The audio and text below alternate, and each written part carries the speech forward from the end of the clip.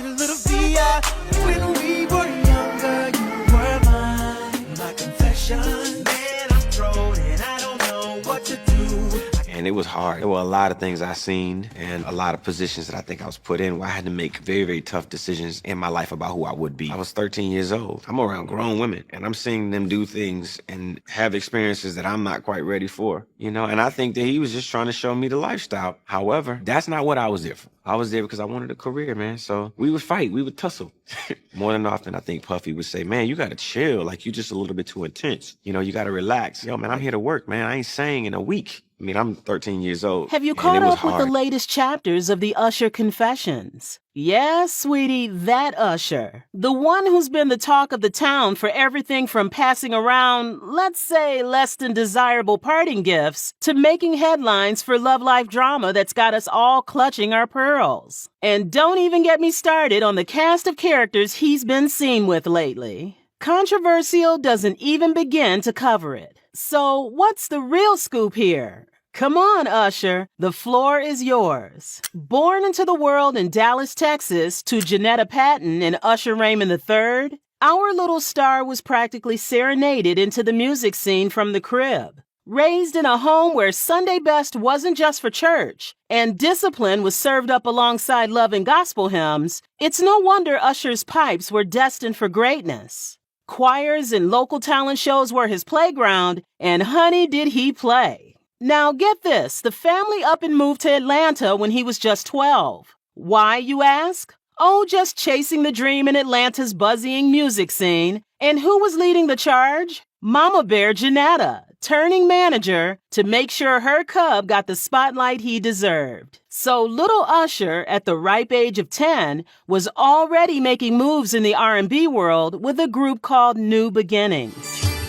Looking back over the years, we had our dreams. They were out there laying down track after track, 10 in total by 1991. We were the lead singers, and we tumbled, and we would do positive things. There's just so many negative things in our world, right? You got drugs, you got, crime and all of these things, but we were trying to do something positive. You would sing anti-drug songs? Yeah, man. What was the first time you heard yourself on the radio? The first time I ever heard myself on the radio, yes, I was in the group, and I think I was in the car with my mother. But then, Usher's belting it out at a talent show, and who's in the audience? None other than Bobby Brown's bodyguard, A.J. Alexander. Yes, that Bobby Brown. And he thinks, this kid's got it. Next thing you know, Usher's mom is pulling him from the group. Bobby Brown's bodyguard is sneaking him into talent shows, and before you know it, he's singing for A&R hotshot Bryant Reed. Fast forward to 1993, and his big break? A track for the Poetic Justice soundtrack.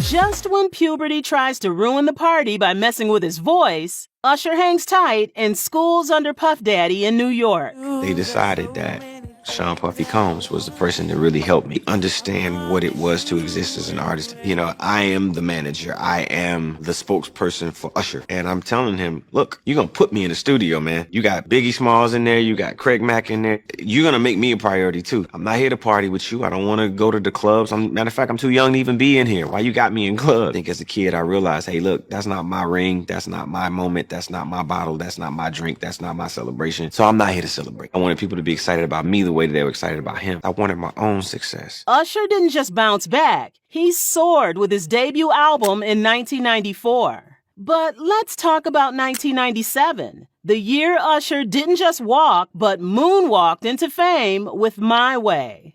She likes it my way, my way. Teen Idol status? Check. Billboard charts? Dominated. And just like that, Usher wasn't just a singer. He was an actor, dancer, and everything man with a Grammy to boot. Usher pretty much owned 2004 with his album Confessions. He was everywhere. You couldn't turn on the radio without hearing Yeah.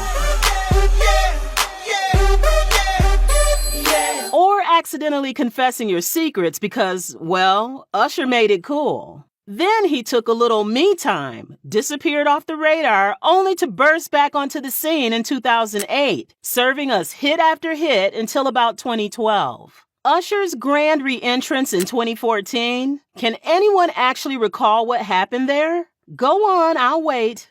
Try naming just 2 hits from that year. Tough, right? It's like he was aiming for a comeback but ended up playing hide and seek with the entire general public. What's the deal, Usher? When it comes to his personal life, relationships, check. Controversies, double check. It's like every time you blink, there's a new headline popping up. What's the deal, Usher? Really? Do y'all remember Usher and Chili? Yeah, sweetie, that Usher and Chili. The duo that was the epitome of early 2000s romance goals. I mean, talk about a match made in music heaven. With Usher's smooth moves and Chili's fiery presence, they were the couple everyone couldn't stop gabbing about. But the drama, honey, were they on? Were they off? Only for them to call it quits in 2004. Fast forward to 2024, hot off his performance at the 2024 Super Bowl halftime show. The singer has opened up about their split, and Usher reveals that he proposed to TLC's Chili before their split. He said, "I wanted to marry her. I proposed and she told me no. I went through a great deal of pain after that, not trusting women or not wanting to open up. I hurt her too," he admitted, but added that the situation broke my heart. Yeah, I personally think that they made a really cute couple. Second, there's Usher and his mama drama. Usher fired his own mother, Janetta Patton, not once but twice as his manager. The first split happened in 2007, and then, like a reality TV reunion show, they tried to patch things up in 2008. Spoiler alert, it didn't stick. Now, Usher is spilling the tea on why they went their separate professional ways. I wanted to expand in other areas that I felt like she wasn't necessarily considerate of. You know, why create this tension when I'm attempting to grow as a man? I think I've spent so many years focusing on being an artist and being recognized as this talent. It ain't about that no more. Now it's about who I am as a man, and I need you to be as supportive of me as a man. There's a lot of love there. And there's a lot of respect there for what her commitment has been and who she is as a woman. We can try to say that we are a product of what happens to us, but we have the responsibility of, steering the car at some point. You're in a car until you take the wheel. And I'm so happy that I was in a car that was going in the right direction. It made me a stronger person. It made me a person who was very clear about what I wanted. And be it right or wrong, it was my story. We both decided that it would be better for us to sever our ties in business. It does bother me at times when I look to my right or my left and she ain't there. Because I do miss her at least being in the position of celebrating all of the hard work and time that had been put into this career.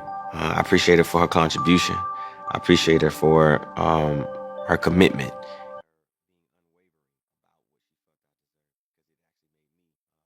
But the streets are buzzing with rumors that the real reason behind the split was Janetta's not-so-warm feelings towards Usher's then-wife, Tamika. Could it be true? Was it all about not liking the lady in his life because, gasp, she was black?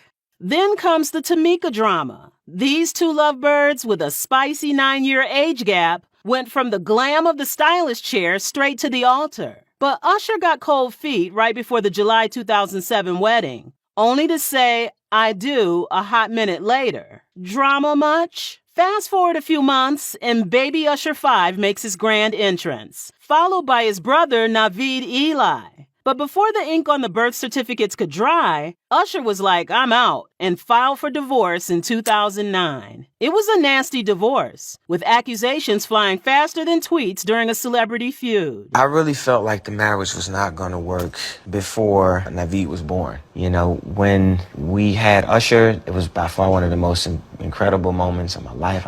I couldn't have been more happy. And after that, I did get a great sense of the insecurities that were there and the fact that she wasn't coping well with, being in this position. And I felt like position of being married to Mrs. Raymond? Yeah, being married to Usher, and all that came with that. Did you all talk about it? We tried to talk about it. We had counseling sessions about it. Now, let's put aside all of the issues and things that come with being a celebrity, right? And having married someone that people don't approve of. You have at-home problems that you got to address, period. With communication, with understanding of how things go. All that is hard. It's hard being married and working the way that I work, period. It's hard, being in that position and wanting to, make someone happy and there not really being any way that you ever can because they got their own that they got to deal with, I didn't know how to balance it, It was obviously too much for me. And I didn't didn't want to get to the point where I would cause myself harm or do anything that I felt like would be harmful to me. So I couldn't stay in it. And I reasoned with her. I went to therapy. I actually tried my hardest. We spoke to friends. I challenged and charged our personal friends with the responsibility of trying to help us stay together. It didn't work out. Usher claimed they'd been living separately since July 2008, but Tamika was like, hold up. We were cozying up just days before you filed. And just when you thought it was over, the custody battle turned into an episode of Judge Judy on steroids. Usher wanted joint custody, but then decided, nah, I want it all, accusing Tamika of being unfit to be a parent. Tamika then accused Usher of getting too cozy with one of her bridesmaids. Yes, you heard that right, her bridesmaid. Towards the end of our marriage, I found myself lost, and I just wanted out. Mm-hmm. No. You were not faithful. I was faithful at heart, not faithful all the way. Even having a conversation with another woman, period, about matters of your relationship or just even your own emotions is, in my opinion, not being faithful. But were you with another woman sexually? When we were separated, yes, I was. We were not divorced. Did you have a relationship or sex with her bridesmaid? Is that true? Well, the conversation about the bridesmaid has always been one that's been very complicated, very difficult. And outside of my marriage with her and our separation and then our divorce, I did have exchanges with her. We were friends. Mm-hmm. She was someone who was part of the children's lives before, mm-hmm. and it had always been perceived that we were in a relationship or either had some exchange. But was this after the marriage? This was after the marriage. She even claimed a nanny got the boot after Usher was caught playing house with the bridesmaid. Talk about a homewrecker. Tamika, in a move that's got everyone talking, is strutting back into court with papers in hand, ready to shake up the custody drama. Why, you ask? Well, after their 5-year-old, Usher Raymond V, had a heart-stopping moment in the pool that nearly ended in tragedy, Tamika's saying enough is enough, and who could blame her? I was mad because I was like, how did this happen? Who was watching him? Why was my son underwater for, nearly 3 minutes? Especially considering the heartbreaking loss of her son and Usher's former stepson in that watercraft accident. So after he and Tamika Foster called it quits, Usher didn't waste any time getting cozy with Grace Miguel in 2009. Fast forward to 2015 and they're tying the knot, only to untie it faster than you can say irreconcilable differences just 3 years later. But why? That's why the relationship meant more. I felt like I failed in every area because I could care. I mean, look at my hair. I could care less about getting fancy. I didn't want to be on the red carpet. I just, it wasn't a place that was comfortable for me. I loved him and I loved what we were building and I loved all the philanthropic things we were doing. But that version of a world that's aspirational, not knowing me because of the outside, I didn't want to be a part of that. Well, word on the street is that Usher and Miguel had been on the rocky road to Splitsville for a hot minute, bickering like it's an Olympic sport. And the kicker? Apparently, Miguel was all set to hear the pitter-patter of little feet around the house. But Usher, not so much.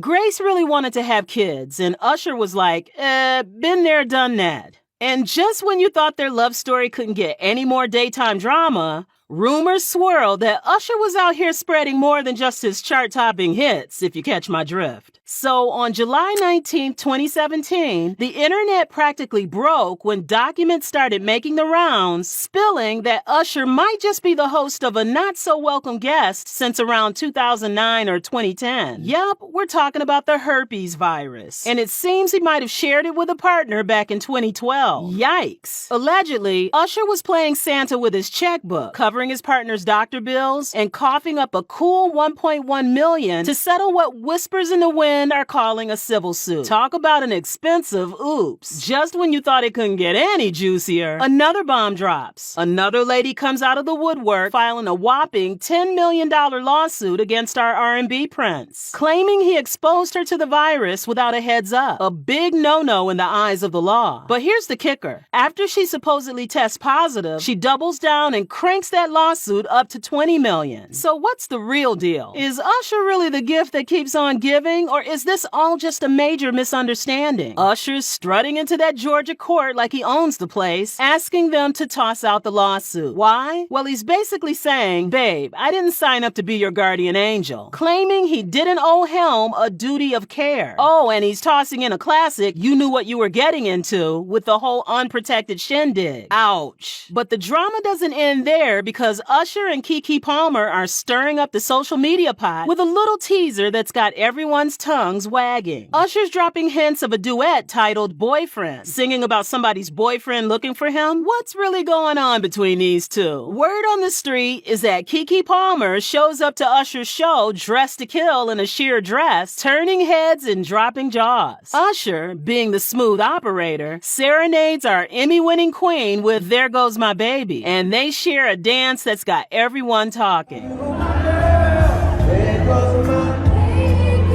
But not everyone's clapping. Darius Jackson, Palmer's beau at the time and baby daddy, throwing shade on Twitter about her outfit choice like, "You a mom." Oh, the audacity. Palmer's fans weren't having any of it. But Jackson wasn't done. He comes back with a tweet that's all, "I have standards and morals," making it about family representation. But our girl Keke, she claps back with the ultimate mic drop, turning the drama into a fashion statement with t-shirts proclaiming her proud mom status. And she's all about that new mom glow, telling the cut, "Do you, new moms, do you." And because this story needed another hero, Usher chimes in, defending Palmer's right to have a good time. Because let's be real, if Keke Palmer wants to dance, you let the woman dance. Oh, did I mention that Usher had an amazing performance at the Super Bowl halftime show with Alicia Keys and a lineup of stars? The performance was electrifying, to say the least. People are still raving about it.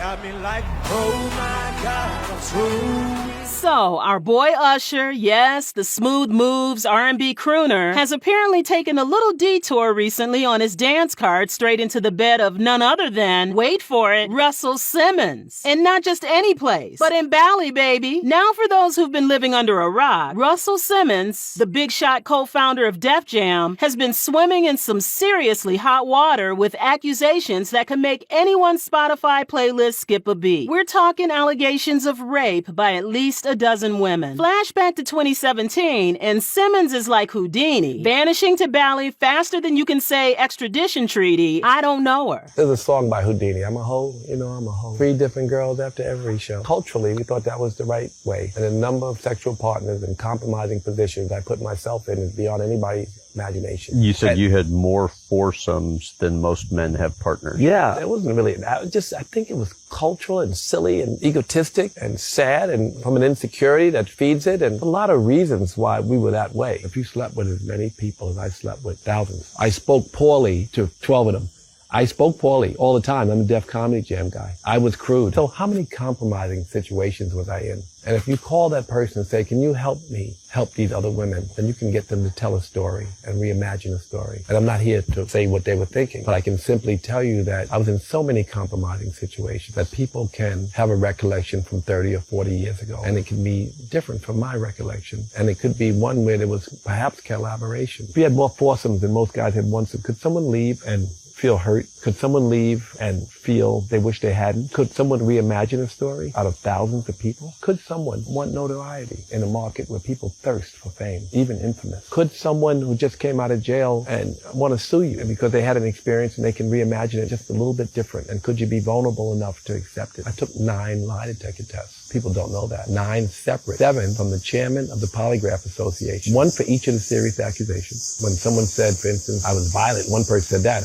I've never been violent. And amidst all this, our man Usher decides to drop by and say hi. Not just IRL, but for the whole Insta world to see. Russell hits us with a caption that's all heart and soul, talking about hitting rock bottom, mutual love for self-discovery, and getting all yogi with Usher by his bedside. A friend walks in when others walk out, he says. Well, ain't that the plot twist of the century? But really, Usher, Bali? With Russell Simmons? And you had to go and make it Insta official? With all the drama cooking, shouldn't you be playing it cool instead of flaunting vacay pics with Russell? I mean, come on. Given that Kimora Lee Simmons is out here lighting fires under some of the biggest names in the music biz over some seriously shady biz, she's going all detective mode on the mysterious case of her ride or die Erica Kennedy. Remember Erica, the fashionista turned whistleblower who wrote that juicy tell-all bling, then mysteriously turned up dead in her own home? Erica Kennedy wrote Bling about Diddy. The main character is Diddy, and when he got wind, he wanted to unalive her. Sounds a tad too convenient, don't you think? Erica was more than just a bestie. She was the heart and soul of Kimura's wedding and a fairy godmom to her girls. After leaving the glitzy PR world, she penned this bombshell book that got the whole industry's tongues wagging. But suddenly, she's no more, and the why is as clear as mud. Kimura is not just throwing shade, she's practically causing an eclipse, calling out big dogs like P. Diddy and even hinting Russell Simmons might be mixed up in this drama stew. And then there's Usher, just chilling in Bali with Russell like they're on some brocation, making us all wonder, does he know something we don't? Or is he just blissfully unaware of the storm brewing back home? Usher recently tied the knot with his longtime girlfriend, Jennifer Goycoechea, in February 2024 in Vegas. Usher has a net worth of $180 million. Stay tuned, because this gossip roller coaster is just getting started. And something tells me we're in for a wild ride. What is your favorite Usher song? Is Usher one of your favorites from the 90s? Comment down below.